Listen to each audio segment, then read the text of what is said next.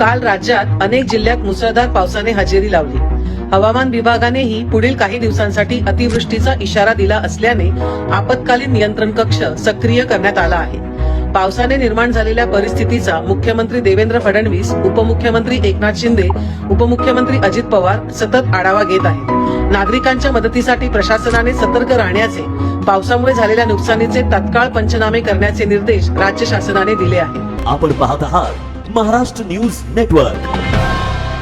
आपत्ती व्यवस्थापन मंत्री गिरीश महाजन आणि मुख्य सचिव सुजाता सौनिक राज्याच्या आपत्ती निवारण कक्षाशी संपर्क करीत आहेत। राज्यातील राष्ट्रीय आपत्ती प्रतिसाद दल आणि राज्य आपत्ती प्रतिसाद दल, अग्निशामक सेवा, महसूल प्रशासन, गृहनिर्माण या विभागांना नियंत्रण कक्षाच्या माध्यमातून तातडीने उपाययोजना करण्याच्या सूचना मुख्यमंत्री देवेंद्र फडणवीस यांनी दिल्या असून जास्त पाऊस झालेल्या जिल्ह्यात नागरिकांच्या बचावासाठी सज्जता ठेवण्याच्या अनुषंगाने सूचना करण्यात आल्या आहेत। मुंबई आणि MMR, रायगड, सोलापूर, सातारा आणि पुणे या ठिकाणी काल अतिवृष्टी झाल्याने मुंबई महानगरपालिका, अग्निशमन दल, मुंबई पोलीस आणि इतर यंत्रणा यांना 24 तास अलर्ट राहण्याच्या सूचना देण्यात आल्या आहेत। काल झालेल्या पावसामुळे अनेक जिल्ह्यात शेतीचे, पशुधनाचे व घरांचे नुकसान झालेले असल्याने संबंधित जिल्हाधिकारी यांना तात्काळ पंचनामे करण्याच्या सूचना देण्यात आल्या आहेत। पाणी पुरवठा, वीज, आरोग्य सेवा आणि इतर दैनंदिन सुविधा सुरळीत सुरू राहाव्यात यासाठी प्रशासन सज्ज आहे।